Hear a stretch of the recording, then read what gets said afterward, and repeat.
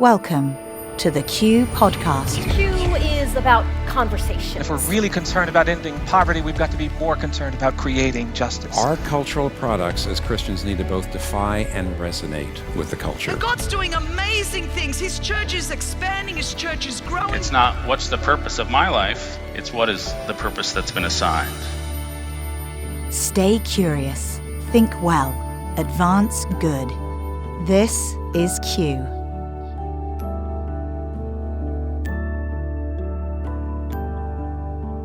Welcome to another edition of the Q Podcast. I'm Gabe Lyons, and today we're talking about how people in America are feeling about religion, and you might not be surprised to know that they feel quite negative about it. And how we respond to that, though, is to understand as followers of Jesus, how is it that religion and faith is actually motivating common good impact? So let's unpack that for a second. A lot of people think if religious communities were to go away in our society, that things would just go on as normal, that the government would step in, that people would be taken care of, whether it's the homeless, whether it's those who are in need of more social services and support. They just assume everything would be fine. But one of the things we understand, and in the talk you're about to hear, where I'm going to have an interview with two experts on this who just completed one of the largest research studies to understand what we call the halo effect of religion and of faith in society, you're going to see that the impact is significant, that religious communities, faith-based motivated services in our cities are making an incredibly huge impact. You know, nothing underscores this more than I remember a time when I was invited to be a part of a conversation about social impact and how faith communities were doing that. And it was a meeting taking place at the White House in the middle of the Obama administration years.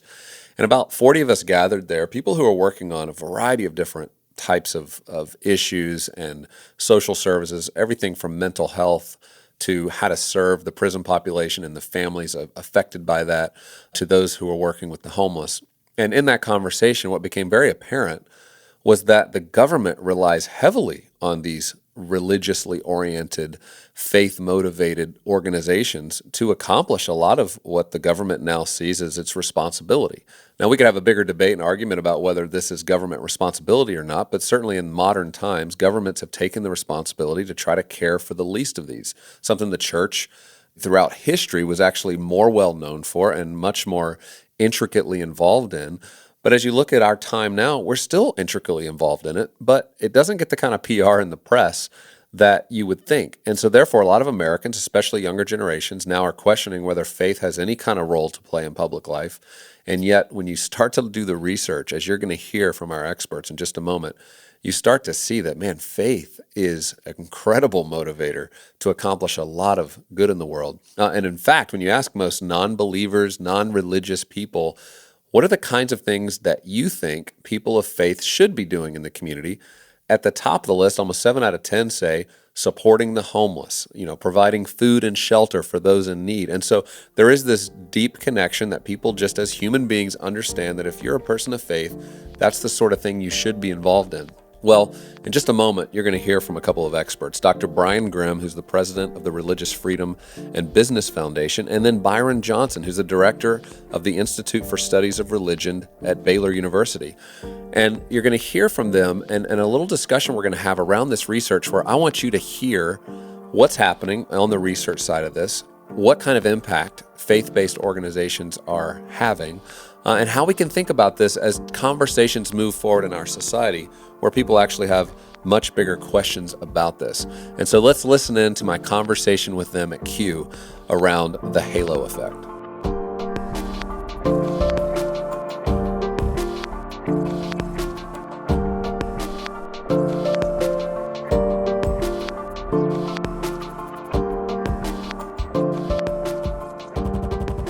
Brian, you're the president of the Religious Freedom and Business Foundation, and you're a leading expert on socioeconomic impact, as we've just seen from a lot of what you were just describing. At a moment in American life where it seems like people aren't sure really what role religion should play, why was it so important for you to conduct this study at this moment? Well, I think 3 reasons. One is the media often covers religion, what they consider news or the failures of religion. When religion does good, that's not news. Right. Second is that there are many people in government that are looking for information that helps them make a case why religious freedom is important. And when you can see the good religion does, I mean, that's really the purpose of having religious freedom, setting people faith free to do good. And the third, I think, is for many people here that as believers, we don't like to let our left hand know what our right hand is giving. So there's a certain amount of modesty, humility, service, but it's often useful to take an accounting of the impact of the work we're doing. So really serving these three communities, helping media have a positive story. It was widely covered and positively as well. So for a room full of leaders, many leading organizations sometimes feeling defensive that they have to apologize for their faith and the role that it does to motivate them in American society. I mean, what are a few of the significant findings that you think are critical for them to hear from this at just the surface level, because we can't obviously get deep into all the study. We'll tell you how you can see much more from this study, but what are a few of the things you observed? Well, I think what was surprising for many people is just the impact of congregations, the work at the local level. So more than 344,000 congregations and providing all kinds of services. So when most people think of charity, they think of the Salvation Army or some aid group, but so much is being done through local congregations. So I think that's one thing, one important takeaway. The other is that most of the work done in congregations in terms of social service has an outward focus, not just caring for the, say, shut-ins or people in our own congregation. So 320,000 congregations help recruit volunteers for things like the Red Cross, Big Brothers, Big Sisters. So that, I think, is something to realize, that the work that we do is not just for our own benefit, it's really for our society's benefit. Will you share with people where they can find out more on the slide? Yeah, so you can find out more at faithcounts.com/report. It's up here, and then you can see the whole video. It's a short video meant to appeal to millennials and sort of. And we'll be sending out a link so you can actually see that after the fact. And the full report is there as well. So, Byron Johnson, you're the founding director of the Institute of Studies of Religion and a distinguished professor of social sciences at Baylor University. I feel like you kind of have this perspective of looking in to, help us practically understand how this is applied to something most Americans recognize as one of the big challenges in American cities, which is homelessness. Can you tell us a little bit about what you found from this study in that? Sure, Gabe. We looked at 11 cities across the United States from different regions of the country. This study was funded by the McClellan Foundation and the Murdoch Trust. And I really have been aware of the issue, but I've never really dug down deep. And so when you go to these communities and look up close and personal at what they're doing, it's staggering. And so what we found is that of all the homeless emergency shelter beds in the country, on average, the faith-based organizations are providing 60% of those beds.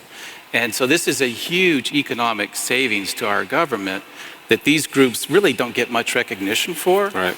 And so if you look at the value, which we did ROI analysis, I think you heard that term earlier, return on investment. We're also doing cost-benefit analysis. Going back to what Brian is trying to gauge, what does this mean to the economics of our country? We found that these organizations are saving about $119 million that taxpayers would have had to pay. But the real beautiful thing, and I'm not telling you all. This was in 11 cities. It's just in 11 right, cities. That you specifically studied this on. Yes, and we only looked at the Salvation Army, Gospel Rescue Missions, Catholic Charities, Lutheran Social Services, several others that are well known. We didn't look at all of the FBOs. We didn't have the wherewithal to do all of that. And as Brian mentioned, we have 350,000 congregations. We didn't look at one of them. Not one of them. That's another study that needs to take place. So you would be correct to say that we underestimated the value of faith-based organizations. And I think that's an important point for us to hear. I mean, to understand, one of the things in a research study we released last year that we understood is that most Americans, those who are non-Christians, for example, when you ask them, what do they think the one thing Christians should be doing in society? They say providing blankets, shelter, food, clothing for the poor. It's like the obvious thing, and part of what your study is showing is a lot of goods happening there. Yeah. There's not necessarily a PR department out there communicating that, and that's just not part of how people of faith do their work and do their services. But tell us how you have found faith-based motivated organizations to be effective in how they respond to homelessness, because some would argue that, hey, faith-based organizations are just in there to proselytize. They're just trying to get people converted to their faith. But is that what you found when you looked at this? No, what we found was just these holistic ministries that didn't just look at people that didn't have a residence. They looked at people that not only needed a job, but people that maybe needed counseling, people that had an addiction. There are governmental programs that will help you get a residence, but they might not do anything for your addiction issues. So the faith-based organizations have this holistic faith-based. It's not just faith in name. It really is faith-based. They do share the gospel with people. They don't force it on people, but they make it available to them. And so I think this is kind of counterintuitive for people that aren't familiar with these groups, and they think that they are all about proselytizing, but as Brian said, they're about serving. And so that's the beautiful thing, and they collaborate. They don't collaborate with just other faith-based organizations. They do collaborate with secular organizations. They collaborate with governmental agencies. And everywhere we went, we heard mayors say to us, we don't know what we would do if it weren't for the Gospel Rescue Mission or if it weren't for the Salvation Army. We turn to them, and government groups referring people to faith-based organizations. So I think you're right. We don't have the PR campaign, Gabe. That's why you're here, I think, to help us get the word out there that faith-based groups are making a difference. And, they actually deserve a pat on the back. And I think what we need is more research to help us figure out how they could even do it better. And the fact that this study doesn't even look at congregations, which I know so many of you, that's a lot of where your giving goes, and then through those churches, there's a lot of work that's happening in all of your communities and all of your cities. You're right, there's more work to be done to show it, but I think the motivation to show it is we're at a moment culturally, even though it's a pluralistic society, all faiths have a seat at the table, and I know you studied not just Christian organizations, but those motivated by other religions. But the point is, we do need to get the word out. People need to understand, because a lot of people just don't. They go, look, if you guys just stop doing it, we think the government would just do it. But if you talk to somebody in government, they'll be the first one to say, no way, we can't do it. There's no way we can do it. We need these partnerships on the ground. Just either one of you, in sort of taking this away for these leaders, what did you see as maybe a best practice of the types of organizations who were thinking this way, who were engaging this way, where they were having to bridge that kind of faith and public square divide? Well, one of the things I saw was in the research, we did research on congregations, is that most congregations have cooperative projects with other, not only congregations, but the public sector, other charities. So I think that's one thing is really the strength, is that congregations are the glue that holds society together, not just because of the people, but even their organizational connections are important. Yeah, that's good. And Gabe, what I would say is that I've seen this for the last 2 decades, doing research on all kinds of faith-based groups, like the study we've done on homelessness. I find that these faith-based groups are so innovative. I mean, even earlier today in some of the presentations, we were hearing about this. The social innovation coming out of the faith community is staggering. And I think it's because people are inspired. They don't get all the credit, God gets the credit, because people are coming up with unique ways that others are looking to, and I think this is how the church can lead. Yeah, that's good. Well, Byron, how can people see more about the homelessness project and research? They can go to our website. I think that may be up behind you, BaylorISR.org. You can download it. It's 150 pages. If you have insomnia, it's great for you to use.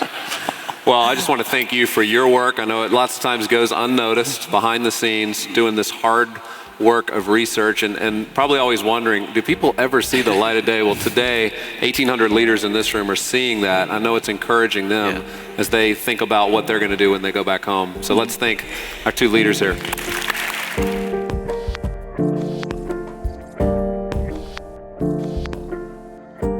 I hope you found that interesting to just better understand how the effect of religion really does contribute to the good of society.